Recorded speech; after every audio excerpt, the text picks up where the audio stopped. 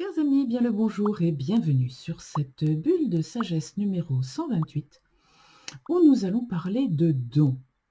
Vous avez déjà entendu parler de dons, de nombreuses associations vous sollicitent pour que vous fassiez des dons et pour que vous fassiez beaucoup de dons, ces associations vous disent, eh bien nous vous enverrons un reçu fiscal, comme ça vous aurez droit à un truc sur vos impôts, une petite réduction d'impôts, d'un type ou d'un autre en fonction du type de don ou du type d'association. Alors, là, c'est facile à comprendre parce que c'est un don en argent.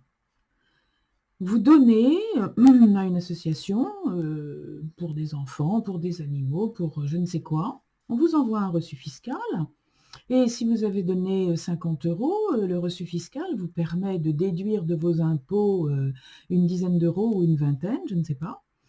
Ce qui vous permet peut-être de descendre d'une tranche d'impôt et d'économiser 200 € d'impôt.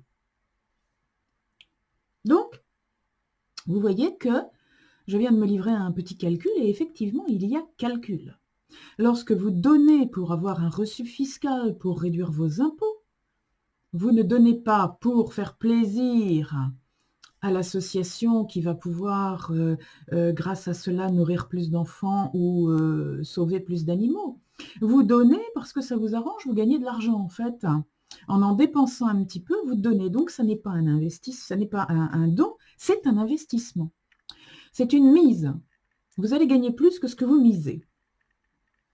Et là, c'est facile à comprendre. Alors, il y a beaucoup de gens qui font ça. Beaucoup de gens qui, au moment de la déclaration d'impôt ou un peu avant, consultent leur comptable pour savoir où est-ce qu'ils peuvent donner de l'argent pour pouvoir en gagner plus.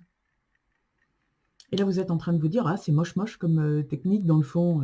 Oui, c'est moche. Bon, c'est une façon de gérer son argent. Mais ce n'est pas du don. Clairement, ce n'est pas du don. Le don, c'est quand on donne vraiment quelque chose avec l'intention d'offrir soit son argent, soit autre chose, son temps, quelque chose qui nous appartient. C'est quelque chose, le don, c'est quelque chose de entièrement gratuit.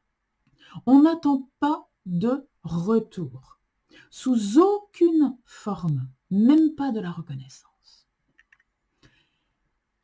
Et c'est là que je voulais vous interpeller et que je voulais appeler à votre conscience. C'est facile de comprendre que, oui, quand on donne un don pour avoir un reçu fiscal, baf, dans le fond, c'est pas terrible, on donne pas grand-chose. Mais on ne se rend peut-être pas compte que lorsqu'on aide un ami, ou lorsqu'on fait une action de bénévolat quelconque, lorsqu'on offre quelque chose, lorsqu'on répond à une sollicitation, si on n'en est pas enchanté, si on n'est pas heureux de le faire pour le faire, si on en attend de la personne ou de la situation ou de la personne morale un retour, sous forme de reconnaissance, sous forme d'aide d'une manière ou d'une autre, ah ben, puisque je l'ai aidé, il va m'aider, ou puisque je l'ai aidé, il va m'aimer. Eh bien tout ça, ça fonctionne comme le reçu fiscal. Ça n'est pas un don, c'est un investissement. À chaque fois que j'entends, et croyez-moi c'est fréquent, ou que je lis sur Facebook, des gens qui disent « Oui, voilà, moi je donne tout le temps, je suis toujours sympa, je fais toujours sur tout ce que je peux, et comme d'habitude, je me fais avoir. Comme d'habitude, je suis trop gentille. Comme d'habitude, c'est moi qui... Comme d'habitude... Oui, je me suis encore fait avoir, je ne me suis pas respectée, j'ai dit oui alors que je voulais dire non. » Tout ça, en fait, ça n'est pas un service que vous rendez, ça n'est pas de l'amour pour l'autre, c'est même pas de l'affection ou de l'amitié, c'est juste, je vais passer pour quelqu'un de bien.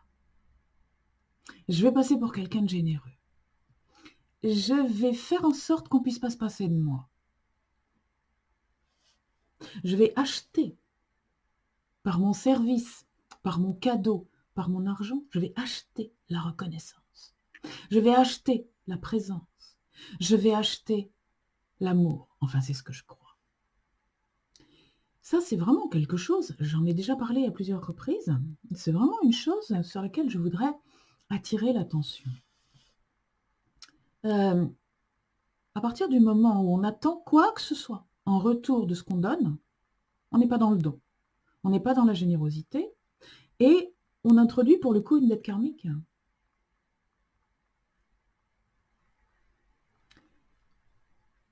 Si on veut vraiment donner, il faut donner avec amour et oublier qu'on a donné.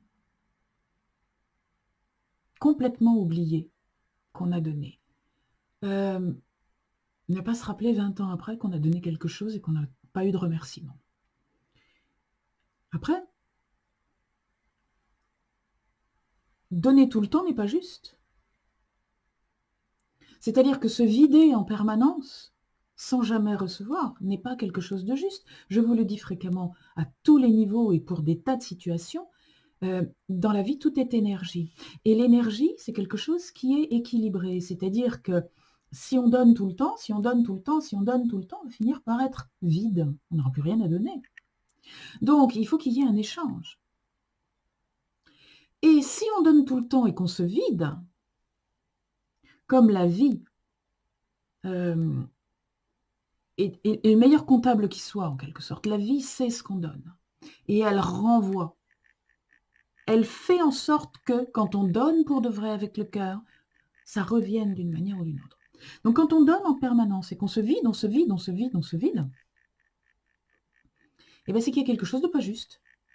C'est que la vie a compris ce que vous n'avez pas compris, à savoir que vous n'êtes pas en train de donner. Alors ça, je sais, ça paraît un petit peu tordu comme ça, et pourtant c'est le fonctionnement de la vie. Si vous donnez et que vous ne recevez jamais rien en échange, c'est parce que vous ne donnez pas gratuitement. Quelquefois, on donne 3 fois rien et on reçoit au centuple, parce qu'on a donné avec amour, parce qu'on a donné avec une totale générosité. Je vous invite à réfléchir à ça. Avant de dire, eh ben voilà, comme d'habitude, j'ai encore fait ça pour lui, pour elle, j'ai encore donné ci, j'ai encore fait ça, et je n'ai pas eu de retour. Eh bien, forcément, vous n'aurez pas de retour, parce que ce n'est pas un don. Ce que vous avez fait, c'est un investissement. Et les investissements, quelquefois, c'est comme à la bourse. On investit, mais on n'est pas sûr d'avoir des dividendes. Tant que vous appellerez don un investissement, la loi d'abondance ne fonctionnera pas. Vous ne recevrez pas. Si vous donnez gratuitement, voilà, je donne, au revoir, là vous recevrez. N'attendez pas de reçu fiscal de ce que vous donnez. Ou alors n'appelez pas ça un don. Réfléchissez vraiment à cette situation. Réfléchissez à toutes les situations où vous croyez donner. Est-ce que vous donnez vraiment? Ou est-ce que vous donnez en attendant que ça revienne? Et à chaque fois que vous avez du ressentiment parce qu'on ne vous a pas récompensé en quelque sorte de ce que vous avez donné, alors c'est que vous n'avez pas donné. Oui, c'est très très difficile à entendre. Je me souviendrai toujours de la première fois où quelqu'un m'a dit ça, où j'avais vraiment l'impression de donner tout ce que j'avais. Et où j'avais aussi l'impression que je donnais en pure perte, jamais, jamais, jamais je n'avais de retour. Et là, quelqu'un m'a dit ce que je viens de vous dire. Quelqu'un m'a dit, mais tu n'auras pas de retour tant que tu donneras en attendant le retour. Ce que tu fais, ce n'est pas du don. Ce n'est pas du bénévolat. Tu mises. Et quand on mise, on joue et quelquefois on perd. Le plus souvent, on perd. Combien de fois vous achetez un billet de loterie sans jamais gagner? Eh bien, le don qui n'est pas gratuit, c'est un billet de loterie. Vous avez une chance sur 1 million de gagner le gros lot. Je vous souhaite une bonne journée. À la prochaine fois.